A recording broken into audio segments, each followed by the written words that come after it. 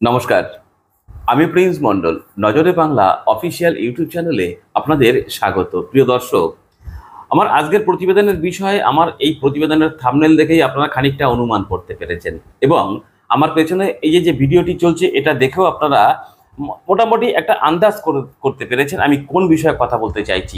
আর থাম্বনেলে যেটা দেখলেন আপনারা, দুটো শর্ত চাপিয়েছে পাকিস্তানের প্রতি। হ্যাঁ, এই দুটো শর্ত নিয়েই কথা বলবো, তবে সঠিক সময় সঠিক শর্ত চাপিয়েছে। কি শর্ত চাপিয়েছে আমি আসছি ধীরে ধীরে সেই কথায়। তার আগে যেটা বলা দরকার তা হচ্ছে, দেখুন, ঘুমন্ত বাঘকে কখনো খুঁচিয়ে জাগাতে নেই। আপনি এক বাঘ ঘুমোচ্ছে, তাকে যদি আপনি খুঁচিয়ে জাগান তাহলে সেই বাঘ কিন্তু আপনাকে আক্রমণ করবে। আর পাকিস্তান করেছে সেই কাজ।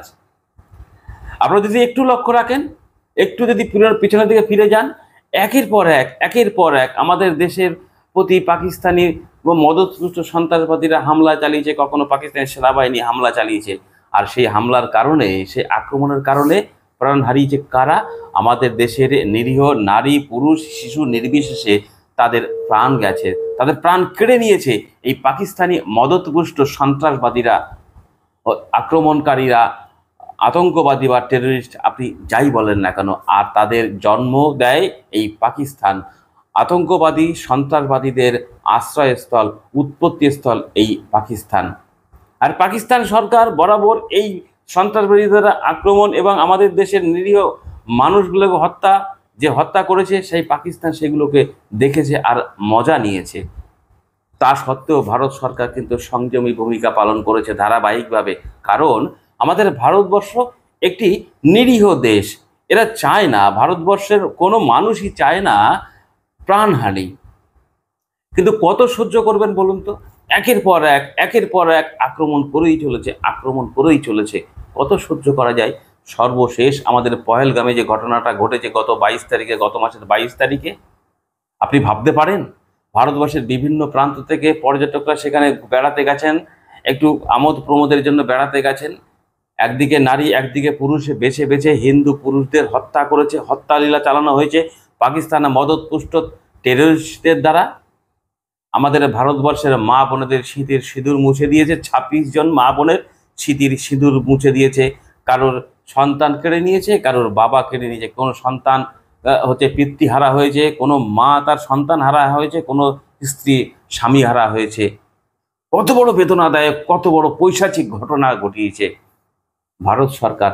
আর কিন্তু ধৈর্য রাখতে পারেনি, ধৈর্য ত্রুটি ঘটিয়ে ছেড়েছে পাকিস্তান। যার ফলে এই আমাদের ভারতীয় মা বোনেদের স্মৃতির সিঁদুর, কপালের সিঁদুর মুছে দিয়েছে। আর এই সিঁদুরের প্রতিশোধ নেবার জন্য ভারত সরকার যে অপারেশন চালাচ্ছে, সেই অপারেশনের নাম দিয়েছে অপারেশন সিঁদুর। সঠিক নামকরণ হয়েছে এই অপারেশনের। আর এই অপারেশন সিঁদুরের দ্বারাই একের পর এক পাকিস্তানের জঙ্গি ঘাঁটিগুলোকে ধ্বংস করে দিয়ে ধুলোয় মিশিয়ে দিয়েছে ভারতীয় সেনাবাহিনীকে একদম ফ্রি হ্যান্ড দিয়ে দিয়েছে ভারত সরকার, আমাদের দেশের প্রধানমন্ত্রী। সেই কারণেই আমাদের ভারত সরকারের যে সামরিক শক্তি, তাতে করে পাকিস্তানের মতো একটা দুটো দেশ ধ্বংস করে দেওয়া খুব একটা বেগ পেতে হবে না। তা সত্ত্বেও পাকিস্তান আক্রমণ করে যাচ্ছে। ভারতীয় সেনাবাহিনী যখন পাকিস্তানের মদতপুষ্ট জঙ্গিদের খতম করবার সংকল্প নিয়েছে, সেই সময় যখন একের পর এক জঙ্গি ঘাঁটি, একের পর এক জঙ্গিদের হত্যা করছে এই প্রত্যাঘাতের মধ্য দিয়ে ভারতের সেনাবাহিনী, তখন পাকিস্তান কি করছে? পাকিস্তান আমাদের দেশের নিরীহ নাগরিকদের হত্যা করছে।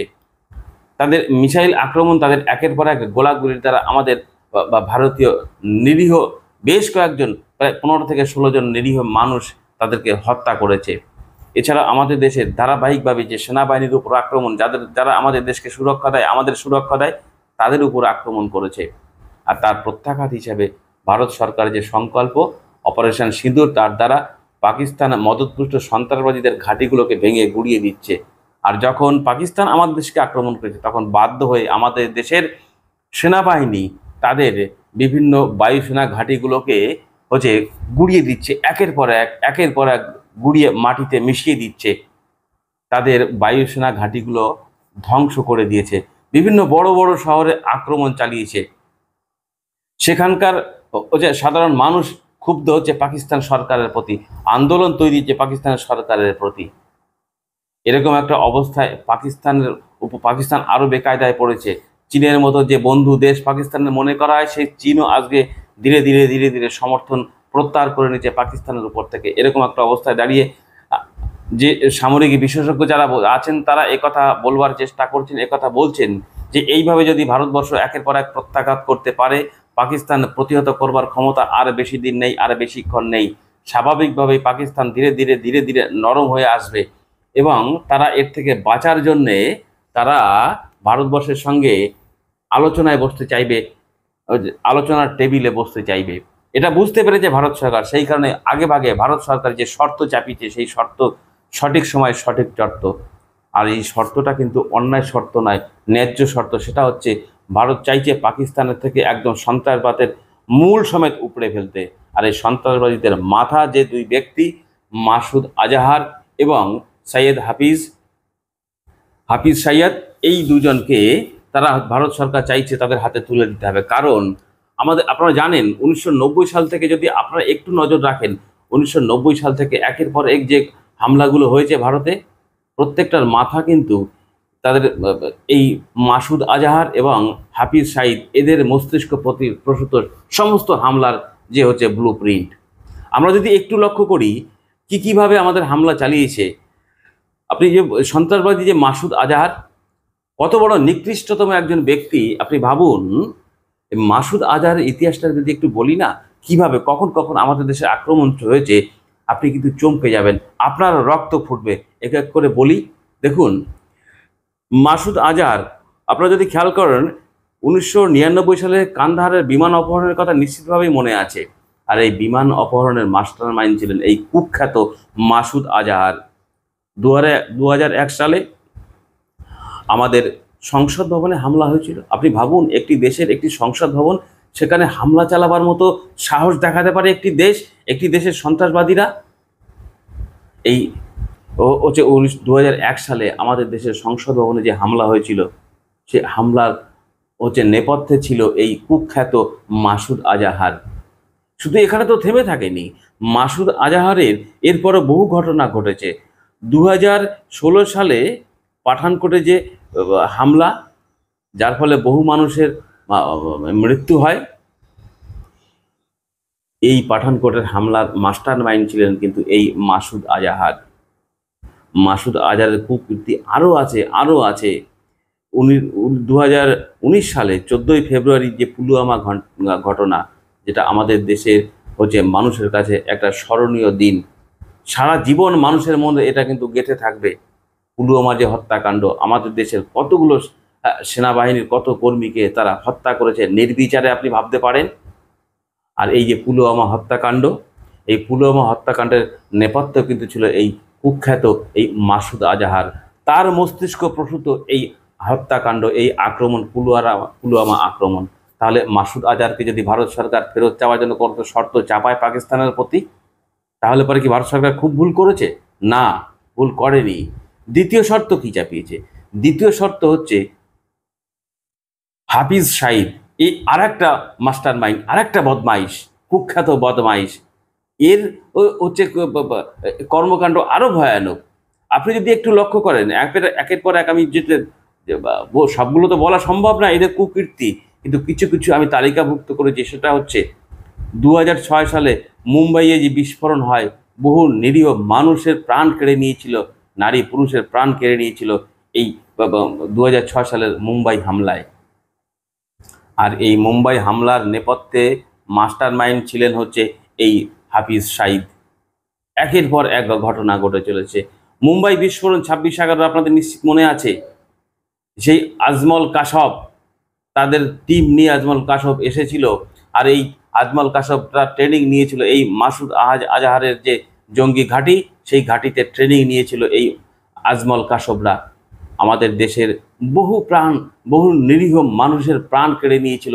হোটেলের মধ্যে ঢুকে যে হত্যা লীলা চালিয়েছিল আজমল কাসবরা।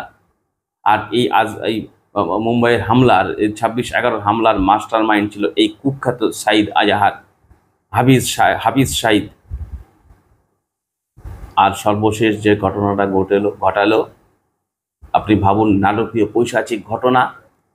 এই যে পহেলগামের ঘটনাটা, ভাবতে পারেন যে কথা প্রথমেই বললাম, 26 জন 26 জন নারী তাদের স্মৃতির সিঁদুর মুছে দিল। কোনো নারী তার সন্তান হারিয়েছেন, কোনো পিতা কোনো মাতা তার সন্তান হারিয়েছেন, কোনো শিশু তার পিতৃহারা হয়েছে, কোনো স্ত্রী স্বামী হারা হয়েছে। আমার দেশের মা বোনের স্মৃতির সিঁদুর মুছে দিয়েছে। সেই কারণেই অপারেশন সিঁদুর সঠিক সময় সঠিক প্রত্যাঘাত। আর ভারত সরকার বলে দিয়েছে অপারেশন সিঁদুর তখনই বন্ধ হবে যদি এই হাফিজ সাঈদ এবং মাসুদ আজহারকে আমাদের ভারতবর্ষের হাতে তুলে দেয়, তাহলেই বন্ধ হতে পারে, আদারওয়াইজ বন্ধ হবে না। এই পাকিস্তানে মদতপুষ্ট এই জঙ্গি আর এই জঙ্গিদের আশ্রয়, জঙ্গিদের উৎসস্থল, জঙ্গিদের জন্ম দেয় এই পাকিস্তান। আর আমাদের প্রতিবেশী আরেকটি দেশ আছে, সেটা হচ্ছে বাংলাদেশ, আর এই জঙ্গিদের আশ্রয় দেয় এই বাংলাদেশ।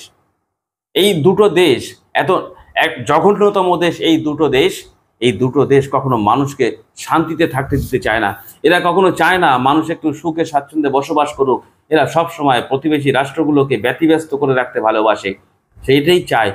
তার ফলেই তো একের পর এক আমাদের দেশের উদ্দেশ্যে বিভিন্ন ধরনের কটু মন্তব্য করে চলেছে বাংলাদেশ, এবং একের পর এক ধারাবাহিকভাবে আক্রমণ করে চলেছে পাকিস্তান। আমাদের দেশের নিরীহ নারী পুরুষদের হত্যা করছে, আমাদের দেশের মা বোনদের স্মৃতির সিঁদুর মুছছে, আমাদের দেশের সেনাবাহিনীর উপরে অতর্কিত হামলা চালিয়েছে ধারাবাহিকভাবে। কত আর সহ্য করা যায়? ধৈর্যের বাঁধ যখন ভেঙে যায়, তখন বাঁধ ভেঙে গেলে একটা জলোচ্ছ্বাস তৈরি হয়, যাতে ভাসিয়ে নিয়ে যায় আশেপাশের সমস্ত এলাকা, ভাসিয়ে নেয়। সেইভাবেই এই ধৈর্যের বাঁধ ভাঙাতে আমাদের ভারতীয় সেনাবাহিনী ভাসিয়ে দেবে পাকিস্তানকে। পাকিস্তান যদি এখনো নিজেদেরকে না শুধরে নেয়, পাকিস্তানে ভেসে যাবে আমাদের সেনাবাহিনীর প্রত্যাঘাতে। এইটাই হচ্ছে আমার মূল বিষয় আজকে প্রতিবেদনের। যদি প্রতিবেদনটি আপনার দেখে একটু ভালো মনে হয়, তাহলে প্রতিবেদনটিকে একটু শেয়ার করবেন এবং আমাদের চ্যানেলটিকে সাবস্ক্রাইব করে আমাদের আরও সামনের দিকে এগিয়ে যেতে সহায়তা করবেন। দেখা হবে পরবর্তী আরেকটি প্রতিবেদনের সঙ্গে। ততক্ষণ ভালো থাকুন, সুস্থ থাকুন।